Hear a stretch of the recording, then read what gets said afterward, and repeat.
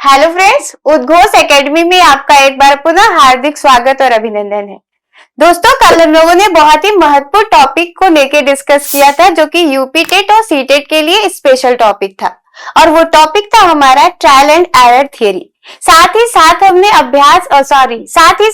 प्रयास एवं त्रुटि के सिद्धांत के साथ साथ अधिगम अर्थात सीखने के नियम को भी डिस्कस किया था। और जैसा कि हमने वादा किया था कि उससे रिलेटेड हम प्रश्न लेके आएंगे आपके लिए, तो आज आपके लिए उससे रिलेटेड यूपी टेट के प्रश्न आ चुके हैं। तो बिना देर किए चलते हैं प्रश्न की तरफ। अब प्रश्न की तरफ यदि बात किया जाए तो प्रश्नों को ध्यान से देखिएगा, समझिएगा और सुनिएगा, क्योंकि ये सारे प्रश्न दोस्तों आपके यूपी टेट के एग्जाम के अंतर्गत आए हुए हैं। सबसे पहला प्रश्न आपको स्क्रीन पे दिख रहा है और पहला प्रश्न जो है वो ये है कि थॉर्नडाइक का सिद्धांत निम्न में से कौन सी श्रेणी में आता है। ठीक है, प्रश्न समझ में आया। प्रश्न कह रहा है कि थॉर्नडाइक का सिद्धांत निम्न में से कौन सी श्रेणी में आता है। अच्छा, पहला जो ऑप्शन दिया है वो व्यवहारात्मक सिद्धांत है, दूसरा जो ऑप्शन दिया है वो संज्ञानात्मक सिद्धांत है, तीसरा जो ऑप्शन दिया है वो मनोविश्लेषणात्मक सिद्धांत है और चौथा जो ऑप्शन दिया है इनमें से कोई नहीं। तो इनमें से कोई नहीं वाला ऑप्शन तो किसी भी तरीके से दोस्तों सही नहीं है कि होगा, बिल्कुल नहीं होगा। दूसरा मनोविश्लेषणात्मक सिद्धांत है, तो मनोविश्लेषणात्मक सिद्धांत का संबंध जो है ना वो सिगमंड फ्रायड महोदय से है। हम पढ़ेंगे आगे किससे है, तो सिगमंड फ्रायड महोदय से। तो मतलब ये भी थॉर्नडाइक से संबंधित नहीं है। अगला जो सिद्धांत दिख रहा है ऑप्शन बी यानी कि संज्ञानात्मक सिद्धांत, तो संज्ञानात्मक सिद्धांत का संबंध ना महान मनोवैज्ञानिक जीन पियाजे से है। किससे है, जीन पियाजे। इनको भी आगे पढ़ेंगे, बहुत ही अच्छे तरीके से समझेंगे।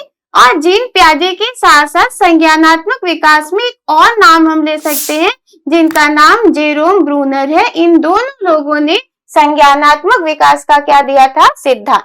इन दोनों के बारे में हमें यूपी टेट सी टेट के अंतर्गत पढ़ना है और हम पढ़ेंगे भी। तो साफ साफ आपको इस प्रश्न का उत्तर नजर आ रहा होगा, यानी कि आंसर मिल गया होगा और आंसर हो जाएगा हमारा क्या कि व्यवहारात्मक सिद्धांत। हमने थॉर्नडाइक महोदय के बारे में पढ़ा है कल और हमने पढ़ा कि थॉर्नडाइक की जो भी सिद्धांत थी जिसका नाम प्रयास एवं त्रुटि का सिद्धांत था ना, वो किस विचारधारा पर आधारित था, तो व्यवहारवादी विचारधारा पर क्या था, आधारित था। यानी कि पहले प्रश्न का ऑप्शन ए क्या हो जाएगा, राइट हो जाएगा। ये था पहला हमारा प्रश्न यूपी टेट और सी टेट का। अगले प्रश्न की तरफ बढ़ते हैं। अगला प्रश्न स्क्रीन पे साफ साफ दिख रहा है आपको, कह रहा है कि अधिगम अनुभव और प्रशिक्षण। मजेदार प्रश्न है दोस्तों यूपी टेट के पॉइंट ऑफ व्यू से, क्योंकि कई बार यूपी टेट में रिपीटेड है। कथन पूछता है हमसे लगातार यूपी टेट में, एकदम निर्धारित है। तो काफी मजेदार प्रश्न है ये, क्योंकि हम बार बार कह रहे हैं कि ये प्रश्न रिपीटेड है, आगे भी रिपीट होने की पॉसिबिलिटी ज्यादा है। अब प्रश्न क्या कह रहा है कि अधिगम अनुभव और प्रशिक्षण के परिणाम स्वरूप व्यवहार में परिवर्तन है, ये कथन किनके द्वारा दिया गया है। हमने अधिगम जब पढ़ा था तो हमने कोटेशन लिखे थे, यानी कि कथन देखा था, और उस कथन में ये कथन किसका था, तो महान मनोवैज्ञानिक गेट्स व अन्य का। यानी कि यहाँ पे क्वेश्चन नंबर 2 का ऑप्शन ए क्या हो जाएगा, राइट हो जाएगा। आप सभी इसको अच्छे से याद कर ले, समझ ले। आगे बढ़ते हैं तीसरे नंबर प्रश्न पे। तीसरा नंबर जो प्रश्न है हमारा वो ये कह रहा है कि एक बच्चा अतीत की समान परिस्थिति में की गई अनुक्रियाओं के आधार पर नई स्थिति के प्रति अनुक्रिया करता है। प्रश्न अच्छा है ना, कह रहा कि एक बच्चा अतीत की समस्या परिस्थितियों में की गई नई अनुक्रिया के आधार पर नई स्थिति के प्रति अनुक्रिया करता है, यह किससे संबंधित है। ठीक, प्रश्न क्लियर है। ठीक, ऑप्शन में दिया है तत्परता का नियम, ऑप्शन में दिया है प्रभाव का नियम, ऑप्शन में दिया है सादृश्यता का नियम, ऑप्शन में दिया है अभिवृद्धि का नियम।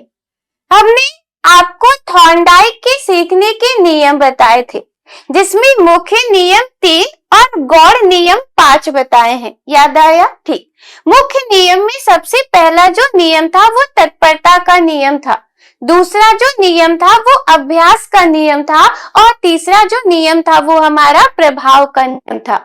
वहीं पे गौड़ नियम की तरफ अगर बात करें तो गौड़ नियम की संख्या 5 बताई थी थॉर्नडाइक ने अधिगम के अंतर्गत। पहला जो था वो बहु अनुक्रिया का नियम था, दूसरा जो था वो आंतरिक क्रिया का नियम था, तीसरा जो था वो समानता का नियम था, जिसको हम सादृश्यता के नियम के नाम से भी जानते हैं, चौथा जो था वो साहचर्य परिवर्तन का नियम था, और पांचवा जो था वो मानसिक स्थिति का नियम था। ये सारे नियम अगर आपको याद आ गए हो, याद आए, याद आएंगे, तो उसमें एक नियम हमारा था सादृश्यता का नियम। और सादृश्यता के नियम में हमने साफ साफ आपको बताया था कि जब पूर्व ज्ञान हम जब भी प्राप्त करते हैं, जैसा भी पूर्व ज्ञान हो हमारा, वो हमारे नवीन ज्ञान को प्राप्त करने में क्या करता है भाई? सहायता करता है।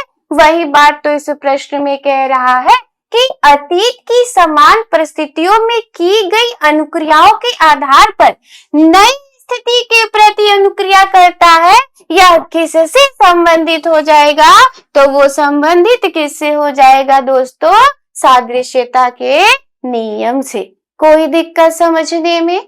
आगे बढ़े, चलिए अगला क्वेश्चन क्या कह रहा है? काफी ये भी प्रभावशाली क्वेश्चन है, क्योंकि प्रभाव का ही नियम है। कह रहा है क्वेश्चन की प्रभाव का नियम ना किस पर आधारित है?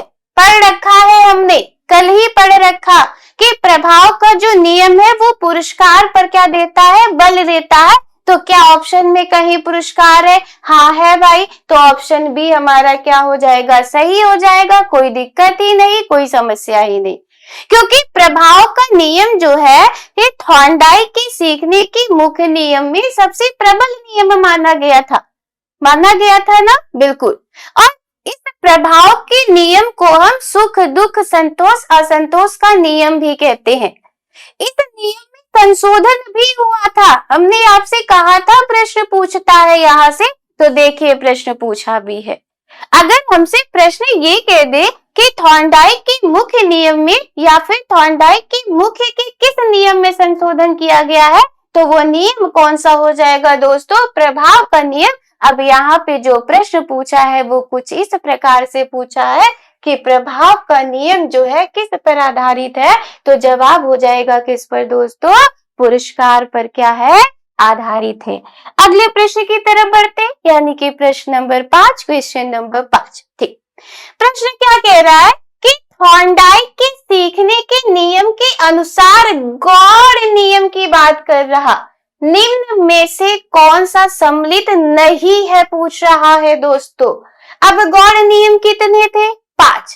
ठीक, हमने क्या देखा था कि बहु और अंश साथ साथ मॉर्निंग वॉक पर गए।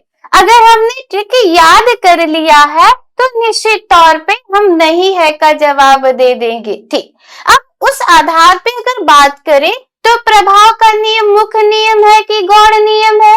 मुख्य नियम है, यानी कि ये वाला ऑप्शन नहीं होगा। और प्रश्न भी हमसे यही पूछ रहा, प्रश्न हमसे कह रहा है कि थॉर्नडाइक के सीखने के नियम के अनुसार गौड़ नियम निम्नलिखित में से कौन सा नहीं है, तो प्रभाव का नियम नहीं है, यानी कि जो राइट आंसर हो जाएगा हमारा वो क्या हो जाएगा? तो प्रभाव का नियम। ऑप्शन डी यहाँ पे क्या है हमारा? सही है। कोई दिक्कत कोई परेशानी हो तो बताइए। आगे बढ़े, चलिए अगले क्वेश्चन की तरफ बात करते। अगला जो क्वेश्चन है वो कह रहा है कि वर्तमान शिक्षा में थॉर्नडाइक के सिद्धांत का उपयोग कहाँ होता है? बात अच्छी है, प्रश्न भी अच्छा है और नया प्रश्न लग रहा कुछ ना। कह रहा है क्या कि वर्तमान शिक्षा में थॉर्नडाइक के सिद्धांत का उपयोग कहाँ होता है, तो ऑप्शन दिया है क्या कि व्यवहार संशोधन में, मूल्य शिक्षा में, योग प्रशिक्षण में, आत्मचिंतन में। तो आत्मचिंतन में होगा कि नहीं? नहीं। योग प्रशिक्षण में है क्या? नहीं। मूल्य शिक्षा में है क्या? नहीं। जवाब मिला क्या भाई? ऑप्शन ए कि थॉर्नडाइक का जो सिद्धांत है वो व्यवहार संशोधन में होता है, क्योंकि थॉर्नडाइक की जो बिल्लियां थी उसके व्यवहार में बार बार क्या हो रहा था भाई? संशोधन हो रहा था। ठीक, तो ऑप्शन ए इसका क्या हो जाएगा? राइट। बढ़े आगे, चलिए अगला क्वेश्चन यानी कि 7 नंबर क्वेश्चन हमारे स्क्रीन पे साफ साफ दिख रहा है। क्या कह रहा है कि निम्नलिखित में से कौन सा सीखने का नियम नहीं है? बड़ा खतरनाक टाइप का क्वेश्चन हो जाता है ये, जब नहीं है पूछता है तो। अब निम्नलिखित में से सीखने का नियम नहीं है, तो सीखने का कौन कौन सा नियम है? मुख्य नियम 3 है भाई। गौड़ नियम कितने हैं? 5, वो हमने अभी थोड़ी देर पहले आपको बताया।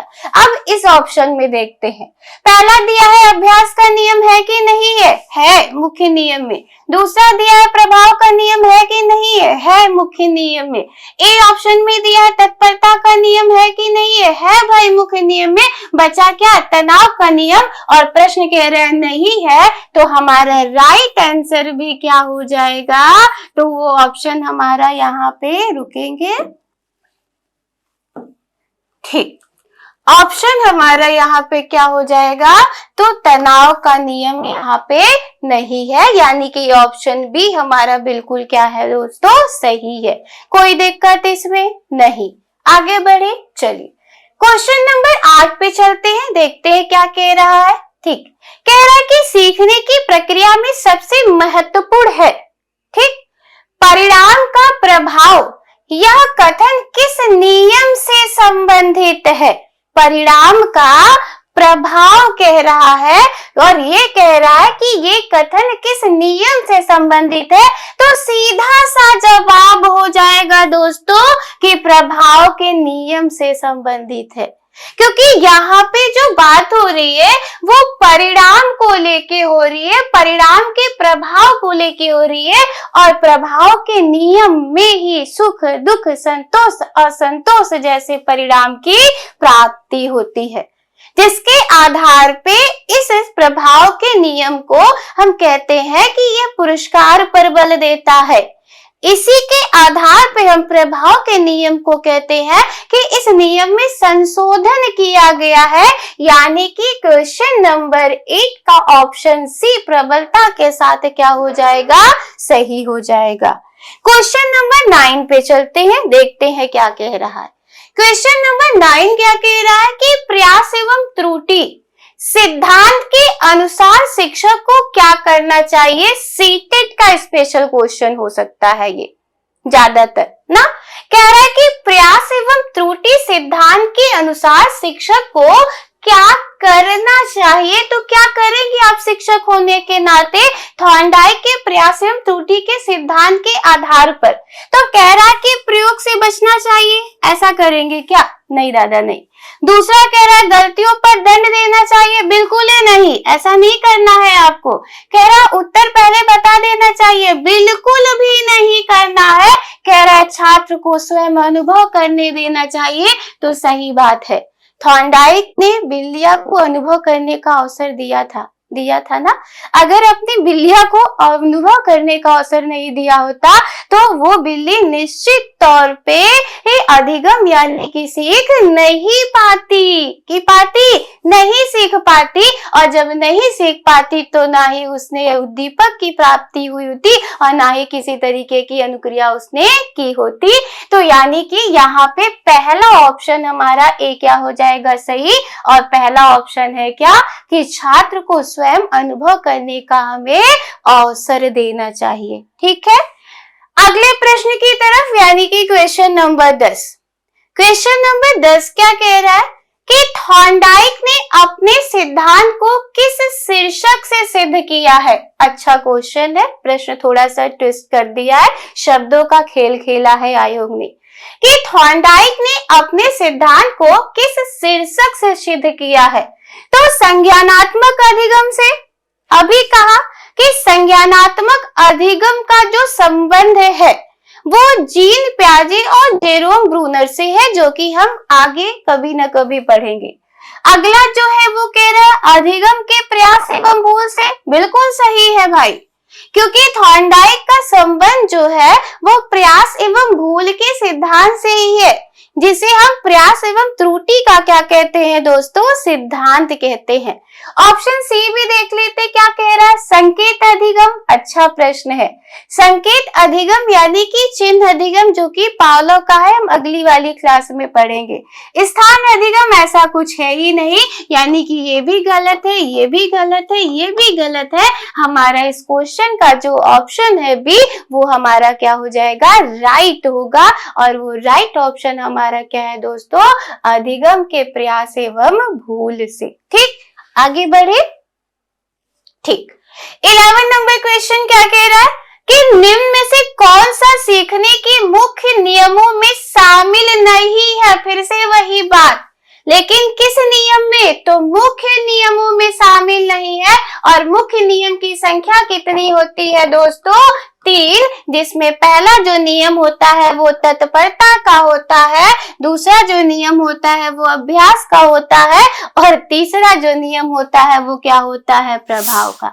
बचा कौन सा नियम, कौन सा नियम, तो बहुअनुक्रिया का नियम, यानी कि इस क्वेश्चन का ऑप्शन सी हो जाएगा क्या, राइट। कोई दिक्कत ही नहीं, कोई समस्या ही नहीं।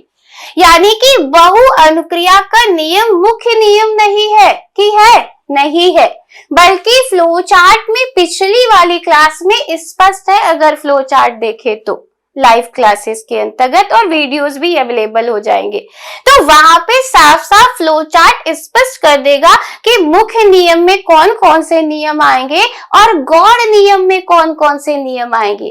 साथ ही साथ ये भी स्पष्ट हो जाएगा कि मुख्य नियम की संख्या कितनी है और गौड़ नियम की संख्या कितनी है, लेकिन कब, जब वो फ्लो चार्ट देखेंगे तब, और वो होगा तब जब आप लाइव क्लास यानी कि ज्वाइन करेंगे या फिर मेरी वीडियोस को देखेंगे तब। बात समझ में आई? ठीक, आगे बढ़ा जाए। चलिए अगला, यानी कि 12 नंबर क्वेश्चन। 12 नंबर क्वेश्चन जो कह रहा है वो ये कह रहा है कि डैश डैश डैश दे रखा है भाई।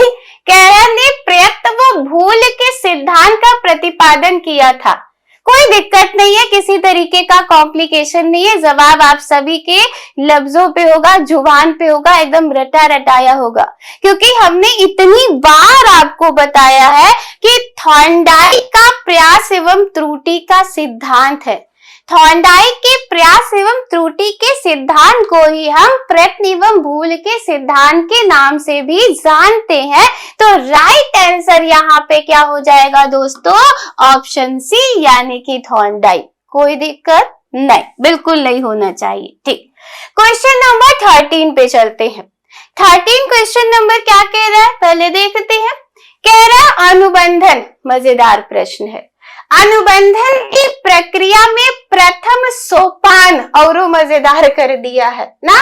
अनुबंधन की प्रक्रिया में प्रथम सोपान निम्नलिखित में से कौन सा है। अच्छा ठीक, अब पहले तो ये समझना है कि अनुबंधन का सिद्धांत दिया किसने है, तो कहाँ पढ़ा है आपने। थॉर्नडाइक के प्रयास एवं त्रुटि के सिद्धांत को ही हम अनुबंधनवाद हैं। इसी को हम बंध का सिद्धांत, इसी को हम साचर्य का सिद्धांत, इसी को हम संबंधवाद का सिद्धांत भी कहते हैं। ये सब हमने पढ़ रखा है, मतलब बात थॉर्नडाइक के सिद्धांत से ही है, वहीं से है। ठीक, अब कह रहा है कि प्रथम सोपान क्या है इनके अधिगम का, तो पहला ऑप्शन में दिया है उत्तेजना, दूसरा ऑप्शन में दिया है आवृत्ति, तीसरा दिया है सामान्यीकरण, और चौथा दिया इनमें से कोई नहीं। तो इनमें से कोई नहीं तो बिल्कुल नहीं होगा, इतनी बात तो क्लियर है। सामान्यीकरण ये भी नहीं होगा, क्योंकि ये नवीन ज्ञान को पूर्व ज्ञान से जोड़ने की प्रक्रिया है, तो ये वाला ऑप्शन भी नहीं होगा। अच्छा, आवृत्ति की पॉसिबिलिटीज है, क्योंकि थॉर्नडाइक की जो बिल्ली थी वो बार बार व्यवहार कर रही थी, यानी कि एक ही व्यवहार को बार बार दोहरा रही थी, तभी उसके व्यवहार में अस्थायी परिवर्तन हुआ था। जिसके आधार पर थॉर्नडाइक के प्रयास एवं त्रुटि के सिद्धांत को हम आवृत्ति के सिद्धांत के नाम से भी जानते हैं। लेकिन प्रश्न तो यहाँ पे ये कह रहा है कि अनुबंधन की प्रक्रिया में प्रथम सोपान है, तो प्रथम सोपान आवृत्ति नहीं होगी बल्कि उद्दीपक होगी, और उद्दीपक को हम दूसरे नाम से भी डिफाइन करते हैं जिसको हम उत्तेजना कहते हैं। अगर आप सभी को बात याद हो हमारी, तो हमने कहा था थॉर्नडाइक ने पीएचडी किया था, शोध कार्य किया था, और शोध कार्य उन्होंने किस पर किया था, तो संबंधवाद शब्द पर किया था ना, यानी कि ये टॉपिक लिया था। संबंधवाद को स्पष्ट करने के लिए उन्होंने एक उत्तेजक लिया था, याद आया, और उत्तेजक का जो कार्य होता है वो उत्तेजना को बढ़ाना होता है, जिसके परिणाम स्वरूप उनकी बिल्ली क्या कर रही थी भाई, प्रतिक्रिया कर रही थी। याद आई बात थी। इसी उत्तेजक को हम मनोविज्ञान की भाषा में क्या कहते हैं, तो उद्दीपक कहते हैं। ये सब बातें हुई हैं पिछली वाली क्लास में। और प्रतिक्रिया को क्या कहते हैं हम, तो अनुक्रिया कहते हैं दोस्तों ना। इसी उद्दीपक को इंग्लिश में हम स्टिमुलस कहते हैं, यानी कि शॉर्ट फॉर्म में हम एस कहते हैं, और इसी अनुक्रिया को रिस्पॉन्स कहते हैं, यानी कि शॉर्ट फॉर्म में हम आर कहते हैं। इन दोनों के मध्य जो संबंध बन रहा था वही कहला रहा था हमारा दोस्तों क्या, संबंधवाद। अर्थात अगर उत्तेजक नहीं होता बिल्ली के सामने, और उत्तेजक क्या था, मछली थी, अगर याद आए तो मछली का पिक्चर प्यारा सा बना हुआ था, और मछली ही उत्तेजक का क्या कर रही थी, बिल्ली के लिए काम कर रही थी। और अगर उत्तेजक नहीं होता तो बिल्ली प्रतिक्रिया नहीं करती। अगर उत्तेजक ना देके ऑप्शन में उद्दीपक दिया है तो भी उद्दीपक क्या होगा भाई, प्रथम सोपान होगा। उद्दीपक ना देके उत्तेजक दिया है तो भी प्रथम सोपान हो जाएगा कि नहीं, हो जाएगा। कोई दिक्कत ही नहीं, कोई समस्या ही नहीं, किसी तरीके का डाउट ही नहीं कि है, अभी भी बिल्कुल नहीं होना चाहिए। यानी कि अनुबंधन की प्रक्रिया में प्रथम सोपान निम्नलिखित में से क्या हो जाएगा, उत्तेजना हो जाएगा। अगर उत्तेजना नहीं है तो उद्दीपक हो जाएगा, और उद्दीपक अगर नहीं दिया है तो मछली हो जाएगी। यानी कि यही वाला ऑप्शन हमारा सही होगा। और ऑप्शन हमारा कौन सा सही हो रहा है, तो ऑप्शन ए। कोई दिक्कत, आगे बढ़े, चलिए अगला प्रश्न, यानी कि 14 नंबर क्वेश्चन क्या कह रहा है। ये भी अच्छा क्वेश्चन है, ध्यान से समझिए, ध्यान से पढ़िए और देखिए क्या है। जवाब देने की कोशिश भी करिए कमेंट में जाके, क्योंकि आप कमेंट में जवाब नहीं दे रहे हो तो इसका मतलब आप पढ़ भी नहीं रहे हो, ठीक है। तो ध्यान से उसको जाइए, देखिए, पढ़िए और जवाब दीजिए कमेंट में, ठीक है। कह रहा है सीखना एक तरह के व्यवहार का, ठीक है, अधिगम से ही है। कह रहा है सीखना एक तरह के व्यवहार का संशोधन है, बचाव है, विस्तार है, प्रसार है। क्या होगा इसका आंसर, क्या होगा, प्रसार होगा क्या, नहीं। विस्तार होगा क्या, नहीं। बचाव होगा क्या, नहीं। जवाब होगा क्या, संशोधन, बिल्कुल। क्योंकि जब हम अधिगम अर्थात सीखते हैं तो हमारे व्यवहार में किसी न किसी प्रकार की प्रगति होती है, यानी कि हमारे व्यवहार में किसी न किसी प्रकार का संशोधन होता है। तो राइट आंसर हमारा इस क्वेश्चन का क्या हो जाएगा, ए हो जाएगा। यानी कि जब भी ये प्रश्न पूछेगा कॉम्प्लिकेट कर रहा है, क्योंकि कहीं न कहीं विस्तार भी दिमाग में चलेगा, प्रसार भी चलेगा। हाँ, बचाव आप अलग कर सकते हो, लेकिन ये तीन यानी कि संशोधन, विस्तार, प्रसार आपको फंसा के रख देगा। तो ना ही विस्तार है ना ही प्रसार है अधिगम, बल्कि अधिगम एक संशोधन प्रक्रिया है जिसके परिणाम स्वरूप हम व्यवहार में लगातार क्या करते हैं, परिवर्तन करते हैं। तो निश्चित तौर पे यहाँ पे प्रबलता के साथ जो आयोग ने माना है, ऑप्शन ए क्या हो जाएगा, राइट हो जाएगा। अगले क्वेश्चन की तरफ बढ़ते, क्वेश्चन नंबर 15 क्या कह रहा देखते। कह रहा है कि बालक अभ्यास एवं तत्परता से सीखता है। सही बात है, बिल्कुल सही है, ठीक है। उसके बाद से क्या कह रहा है कि उपरोक्त कथन किसके द्वारा दिया गया है। अभ्यास एवं तत्परता की बात किसने कही है? थॉर्नडाइक ने कही है, क्योंकि थॉर्नडाइक के मुख्य नियम में तत्परता का नियम, अभ्यास का नियम और प्रभाव का नियम देखने को मिलता है। तो अगर दिमाग वहां तक भी पहुंच रहा है तो दिमाग से आंसर आप निकाल लोगे और आंसर हमारा क्या हो जाएगा भाई? थॉर्नडाइक, अर्थात क्वेश्चन नंबर 15 का ऑप्शन ए क्या हो जाएगा? करेक्ट हो जाएगा। इसमें भी कोई समस्या नहीं आनी। ठीक, अगला क्वेश्चन नंबर 16 काफी प्रभावशाली और समझने लायक है, क्योंकि ये काफी कॉम्प्लिकेट करेगा। ठीक, कह रहा है निम्न में से कौन सीखने की सही स्तर है? ठीक, हम ब्लूम टेक्सोनॉमी पढ़ेंगे, जिसको इंग्लिश में हम ब्लूम का वर्गीकरण कहते हैं, जिसमें हम ब्लूम के वर्गीकरण में 3 डोमेन यानी कि 3 पक्ष पढ़ते हैं। पहला पक्ष जो होता है उसे हम संज्ञानात्मक पक्ष कहते हैं, दूसरा जो पक्ष होता है उसे हम भावात्मक पक्ष कहते हैं और तीसरा जो पक्ष होता है उसे हम क्रियात्मक पक्ष कहते हैं। संज्ञानात्मक हम कॉग्निटिव डोमेन कहते हैं, भावात्मक पक्ष को हम अफेक्टिव डोमेन कहते हैं और क्रियात्मक पक्ष को हम साइकोमोटर डोमेन कहते हैं। ये 3 हम पढ़ेंगे, लेकिन काफी टाइम बाद पढ़ेंगे इसको। अच्छा, वहां पे अगर इस प्रश्न को कोरिलेट करें उस डोमेन के से, यानी कि ब्लूम टेक्सोनॉमी से, तो वहां पे कॉग्निटिव डोमेन में 6 वर्गीकरण बताए गए हैं। उन 6 वर्गीकरण में ज्ञान, बोध, अनुप्रयोग, विश्लेषण, संश्लेषण बताया गया है। लगभग उसी पर आधारित ही अधिगम का सिद्धांत यहाँ पे सही स्तर पूछा। अब यहाँ पे अगर आप देखें तो क्या कह रहा है कि सीखने का सही स्तर है। ठीक, अब कह रहा है कि तथ्य यानी कि किसी तथ्य के प्राप्त किया जाए, फिर ज्ञान प्राप्त करना, फिर सूचना, फिर बोध, फिर प्रज्ञान, यानी कि ये ऑप्शन हमारा गलत है। दूसरा कह रहा है तथ्य, सूचना, बोध, ज्ञान प्राप्त करना, प्रज्ञान, ये भी गलत हो जाएगा। तीसरा कह रहा है तथ्य, सूचना, ज्ञान प्राप्त करना, बोध और प्रज्ञान यानी कि प्रयोग करना, ऑप्शन सी हमारा क्या हो जाएगा? सही। ऑप्शन डी भी हमारा क्या हो जाएगा? गलत। अच्छा, इस प्रश्न का उत्तर सही तरीके से आपको तब समझ में आएगा जब आप ब्लूम का वर्गीकरण देखेंगे, और उसके लिए आपको इंतजार करना पड़ेगा कि वो वीडियो कब आए और वो लाइव क्लासेस कब चले। तो इंतजार करिए, तब तक आगे बढ़ते हैं।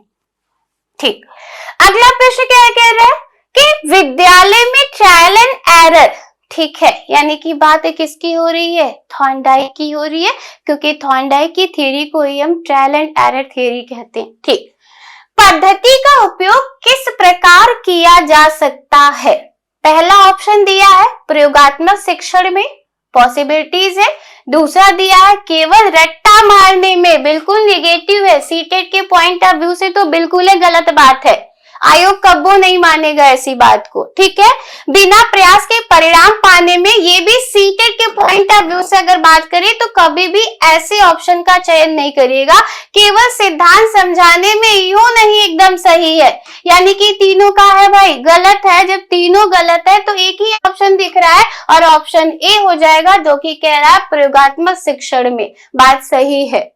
थॉर्नडाइक ने अपनी बिल्ली को प्रयोग करने का क्या दिया था? अवसर दिया था, और जब बिल्ली ने प्रयोग किया तो उसके प्रयासों की संख्या भी कम हुई और त्रुटियों की संख्या भी कम हुई, और उसने व्यवहार किया और व्यवहार में उसके अस्थायी परिवर्तन हुआ, और वही व्यवहार में अस्थायी परिवर्तन क्या कहलाता है दोस्तों? अधिगम यानी कि सीखना कहलाता है। अगले क्वेश्चन की तरफ चलते। 18 नंबर क्वेश्चन क्या कह रहा है कि प्रभाव का नियम कहता है कि, ठीक, सुखद परिणाम सीखने को सुदृढ़ करते हैं। ऐसा है क्या? सही बात है भाई, जब हमें सुख की प्राप्ति होती है ना, तो वो चीजें और ज्यादा क्या होती हैं? प्रबल होती हैं। तो बात सही है। दूसरा भी देख लेते हैं, कह रहा है दुखद परिणाम सीखने को बढ़ाते हैं। वह कब्बो नहीं ऐसा होगा। ठीक है, परिणाम का कोई प्रभाव नहीं होता है। काहे होता नहीं है? होता है, बिल्कुल नहीं है। केवल अभ्यास से सीखना संभव है। तो ऐसा भी नहीं है कि अभ्यास करते जाओ सीखते जाओगे, नहीं, क्योंकि अभ्यास के साथ साथ त्रुटियां भी होंगी, और जब तक त्रुटियां नहीं होंगी तब तक आप अभ्यास नहीं करोगे और तब तक आप सीखोगे नहीं। मतलब मिला जुला के यहाँ पे पहला ऑप्शन क्या होगा? सही होगा, क्योंकि बात किसकी हो रही है? प्रभाव के नियम की। और प्रभाव का नियम साफ साफ कहता है कि अगर बालक सुख की प्राप्ति करता है तो निश्चित तौर पे सीखेगा, लेकिन अगर बालक दुख की प्राप्ति करता है तो उसे सीखने में क्या होगी भाई? बाधा उत्पन्न होगी। तो जिसके आधार पे ऑप्शन यहाँ पे ए क्या हो जाएगा? आपका राइट हो जाएगा। अब क्वेश्चन नंबर 19 पे चलते हैं, देखते हैं 19 क्या कह रहा है। दोस्तों सारे यूपी टेट और लगभग सी टेट के ही क्वेश्चंस है, तो मान के चलिए कि ये सारे क्वेश्चंस रिपीटेड होते हैं। यूपी टेट का तो पर्टिकुलर क्वेश्चन आपको रिपीट मिलता है, ऑप्शन इधर उधर, शब्द इधर उधर, ये सारा खेला आयोग का होता है, लेकिन प्रश्न लगभग रिपीट है। तो ध्यान से देखिएगा, बार बार देखिएगा, क्योंकि आपके लिए बहुत महत्वपूर्ण सेशन है। ठीक, प्रश्न क्या कह रहा है कि प्रयास एवं त्रुटि सिद्धांत मुख्यतः किस पर आधारित है? किस पर आधारित है? ठीक है, ऑप्शन हम डी से स्टार्ट करते हैं, पुरस्कार और दंड पर। तो ऐसी कोई बात नहीं हुई है, थॉर्नडाइक के पर कोई बात नहीं हुई क्योंकि कॉलर का है। अभ्यास और अनुभव पर बात हुई है, अनुकरण पर कोई बात नहीं हुई है। मतलब ऑप्शन बी हमारा क्या हो जाएगा? सही हो जाएगा, और ऑप्शन बी के साथ हम आगे बढ़ सकते हैं। क्वेश्चन नंबर 20 क्या कह रहा है? इसका जवाब आपके पास है, लाइव क्लास भी है, यूट्यूब में भी है, आप एकदम जाके कमेंट में दे सकते हो। यहाँ पे सीधे सीधे दिख रहा है कि थॉर्नडाइक ने अपने प्रयोग किस पशु पर किए हैं? तो किस पर किया था थॉर्नडाइक ने? अपनी बिल्लियां पर, यानी कि राइट आंसर क्या हो जाएगी? बिल्ली। और इनकी बिल्ली कैसी थी भाई? भूखी थी, जिसके सामने उन्होंने उद्दीपक रखा था, और उद्दीपक क्या था दोस्तों? तो मछली था। क्वेश्चन नंबर 21 चलते हैं और देखते हैं क्या कह रहा है, यानी कि 21 क्वेश्चन। ठीक, कह रहा है कि सीखने की प्रक्रिया का प्रथम सोपान है। ये भी अच्छा प्रश्न है। ठीक, सीखने की प्रक्रिया का प्रथम सोपान है, प्रथम सोपान पूछ रहा है सीखने की क्रिया का। अब दिया है पाठ्य पुस्तक पठन, नहीं, ऐसा नहीं, ऐसा तो सीटेट का आयोग भी नहीं मानता। रुचि है, पॉसिबिलिटीज है, अनुभव है, पॉसिबिलिटीज है, जिज्ञासा सबसे ज्यादा प्रबल है भाई, क्योंकि जब बालक में जिज्ञासा होगी तभी बालक में रुचि आएगी, और जब बालक में रुचि आएगी तो बालक का अनुभव भी करेगा। यानी कि ये तीनों ऑप्शन पॉसिबिलिटीज हैं, हो सकते हैं, लेकिन सबसे ज्यादा प्रबल जो ऑप्शन राइट होगा वो क्या होगा? Option D. और ऑप्शन डी क्या है भाई? जिज्ञासा, जो कि अधिगम अर्थात सीखने की प्रक्रिया का प्रथम सोपान कहलाएगा। ध्यान से देखिएगा, क्योंकि ये प्रश्न फंसाने वाला है, एक नंबर ले जाने वाला है। तो पठन नहीं होगा किसी भी तरीके से, ना शिक्षण में होगा, यानी कि ना सीटेट में होगा, ना टेट में होगा। बची बात इन तीनों की, तो ये तीनों हो सकते हैं, लेकिन इन तीनों में सबसे ज्यादा जो प्रबलता है ऑप्शन की, वो ऑप्शन डी, क्योंकि जिज्ञासा है, और जब बालक या व्यक्ति में जिज्ञासा होता है तो वह रुचि उत्पन्न करता है, और जब वो रुचि उत्पन्न करता है तो वो अनुभव भी करता है, यानी कि ऑप्शन डी हमारा क्या है? बिल्कुल सही है। आगे बढ़ते हैं, क्वेश्चन नंबर 22 देखते हैं क्या कह रहा है। क्वेश्चन नंबर 22 में साफ साफ दिख रहा है कि निम्न में से कौन सा सीखने के नियम में सम्मिलित नहीं है? सीखने के नियम में सम्मिलित नहीं है। तो सीखने के नियम मुख्य नियम है और गौण नियम है। मुख्य नियम में बार बार कह रहे 3 है, और गौण नियम में बार बार कह रहे दोस्तों कितने हैं? 5 है। तो हमें वो 5 और 3 याद होने चाहिए। अब यहाँ पे दिया कौन कौन सा नियम है? तो अभ्यास का नियम तो है मुख्य नियम के अंतर्गत, तत्परता का नियम भी है मुख्य नियम के अंतर्गत। खेल का नियम नहीं है ऐसा कोई नियम, ना ही मुख्य नियम में और ना ही गौड़ नियम में, और प्रभाव का नियम है। प्रश्न कह रहा है नहीं है, यानी कि यहाँ पे जो ऑप्शन हमारा होगा वो ऑप्शन हमारा कौन सा सही हो जाएगा, तो खेल का नियम। ठीक, यानी कि ऑप्शन सी हमारा क्या है, सही। ठीक, कोई दिक्कत, यानी कि ऑप्शन सी हमारा क्या हो जाएगा दोस्तों, सही हो जाएगा। अगले क्वेश्चन की तरफ बढ़ते हैं, देखते हैं अगला क्वेश्चन क्या कह रहा है। Question number 23। क्वेश्चन नंबर 23 कह रहा है कि प्रयास एवं त्रुटि सिद्धांत के शैक्षिक निहितार्थ में सबसे उपयुक्त कथन कौन सा है। ये क्वेश्चन सीटेट में भी आ सकता है और यूपी टेट में भी पूछा हुआ है। प्रश्न अच्छा है, जबरदस्त है, मजेदार प्रश्न है। ठीक, क्वेश्चन नंबर के आधार पे अगर बात करें, क्वेश्चन के आधार पे अगर बात करें तो एक बार पुनः क्वेश्चन को पढ़ते। कह रहा है प्रयास एवं त्रुटि सिद्धांत के शैक्षिक निहितार्थ में सबसे उपयुक्त कथन कौन सा है। ठीक, कह रहा है छात्रों को प्रयोग करके अवसर देना चाहिए। सही है, बिल्कुल सही है। छात्रों की गलतियों को दंडित करना चाहिए ना, बिल्कुल नहीं, ऐसा कहीं नहीं कहा गया। सभी को समान रूप से पढ़ाना चाहिए, बिल्कुल नहीं। समावेशी शिक्षा भी ऐसी बात नहीं करती है, केवल मौखिक शिक्षा देनी चाहिए, बिल्कुल नहीं। यानी कि क्वेश्चन नंबर 23 का ऑप्शन ए क्या है, राइट है, और ऑप्शन ए ही सही होगा। और इसके आगे हम क्वेश्चन नंबर 24 पे बात करेंगे। क्वेश्चन नंबर 24 क्या कह रहा है कि थॉर्नडाइक ने अपने प्रयोग में कौन सा उपकरण प्रयोग किया था। हमने पढ़ रखा है ना। ठीक, पिछली वाली लाइव क्लास और वीडियोस में भी अवेलेबल मिल जाएगा आपको। और पढ़ रखा है हमने पजल बॉक्स, जिसको हिंदी में हम उलझन बॉक्स भी कहते हैं। तो यानी कि राइट आंसर हमारा क्या हो जाएगा दोस्तों, पजल बॉक्स। आगे बढ़े, चलो क्वेश्चन नंबर 25 में क्या कह रहा है, क्या दिख रहा है। कह रहा है कि थॉर्नडाइक के अनुसार सीखना किस प्रक्रिया से होता है।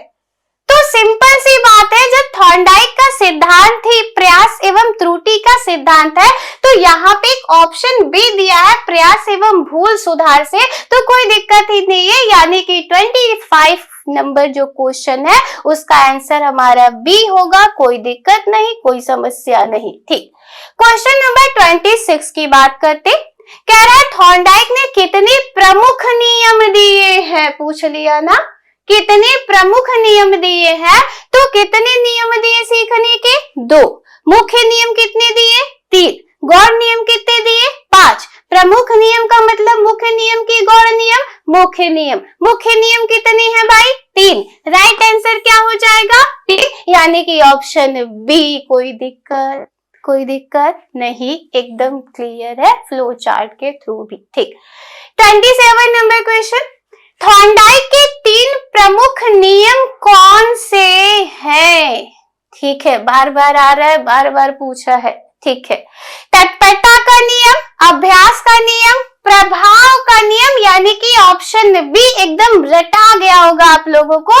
यानी कि हमें नहीं लगता कोई एक्स्ट्रा एफर्ट लगाने की जरूरत पड़ रही है इस क्वेश्चन को सॉल्व करने में। ठीक, 28 नंबर क्वेश्चन क्या कह रहा है कि थॉर्नडाइक का सिद्धांत किस प्रकार की शिक्षा में अधिक उपयोगी है। ठीक है, अच्छा प्रश्न है।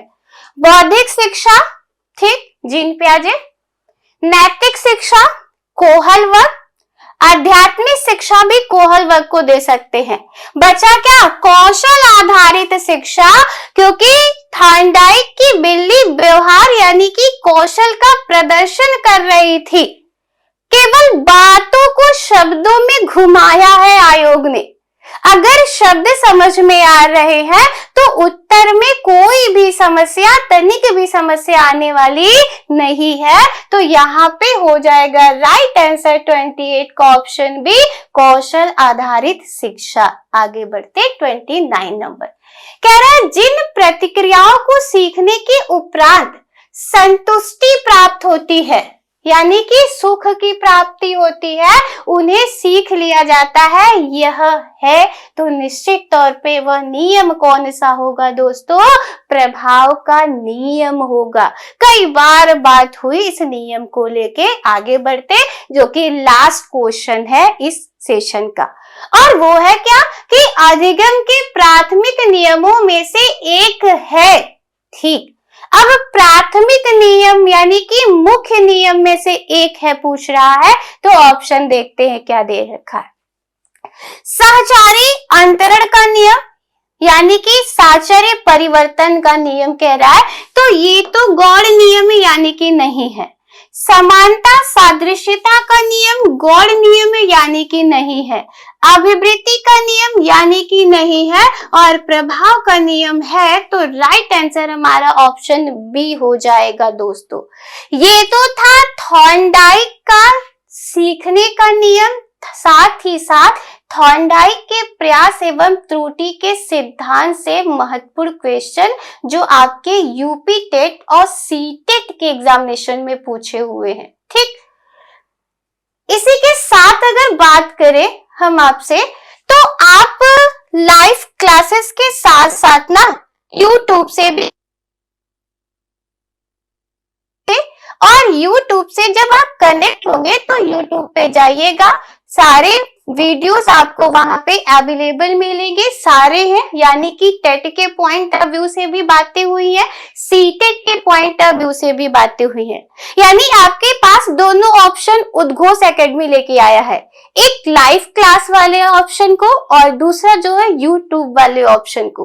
तो चाहे तो आप यूट्यूब वाले ऑप्शन का चयन करें, या फिर चाहे तो आप लाइव क्लास वाले ऑप्शन का चयन करें, वहां पे हम आपके सारे प्रॉब्लम का सोल्यूशन लेके आए हैं। शिक्षक भर्ती से रिलेटेड जितनी भी समस्याएं हैं, चाहे वो टेट की हो, चाहे वो सीटेट की हो, चाहे वो एजुकेशन से पीजीटी की हो, वहां तक की बात कर रहे, या फिर चाहे वो एजुकेशन से नेट तक की हो, जेआरएफ तक की हो, उन सब के प्रॉब्लम का सलूशन मात्र और मात्र एक ही एकेडमी के पास है, और वो एकेडमी हमारी कौन सी है भाई? उद्घोष एकेडमी। तो जल्दी से लाइक करें, सब्सक्राइब करें और शेयर करें। मिलते हैं अगले टॉपिक के साथ, मजेदार टॉपिक के साथ अगले सेशन में। तब तक के लिए धन्यवाद।